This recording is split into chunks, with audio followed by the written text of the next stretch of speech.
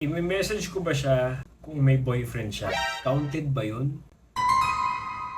Dito na naman ang kuya nyo. Bago tayo pumunta sa pag-message nyo, bago kayo ma-scene zone, gusto ko muna kayong bigyan ng tips para malaman kung sino ang i-message nyo. Because I have a caveat ha. Hindi lahat ng nasa scene zone ay may pag-asa. For example, pwede ka naman mag-message kay Gal Gadot. Pero kahit anong gawin natin, malamang sa malamang hindi tayo papansinin doon. So sa episode na to, i-discuss natin yung mga negative muna, yung mga red flags, kung i-message mo siya o hindi. Unahin na natin ang pinaka-importanting red flag. Huwag na huwag kayong mag-message ng may boyfriend. Panoorin nyo to. Si Crisostomo at si Maria ay magkasintahan at nakatakda na po silang ikasal.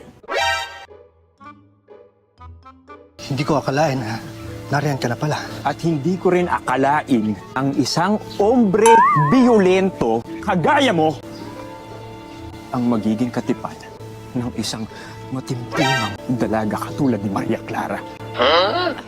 Huwag niyong gagawin yun. Kahit friendly banter, please do know that that's what I discourage. Pag nalaman nyo na break na sila, bigyan nyo siya ng time to heal. Huwag nyo i-take advantage yung lonely heart niya. If you really want to establish a real connection with someone, kailangan you are there for that person as a real friend. Kasi ganoon naman talaga ang gusto natin, di ba? Nagbibigay tayo ng sacrificial love kung talagang gusto mo siya.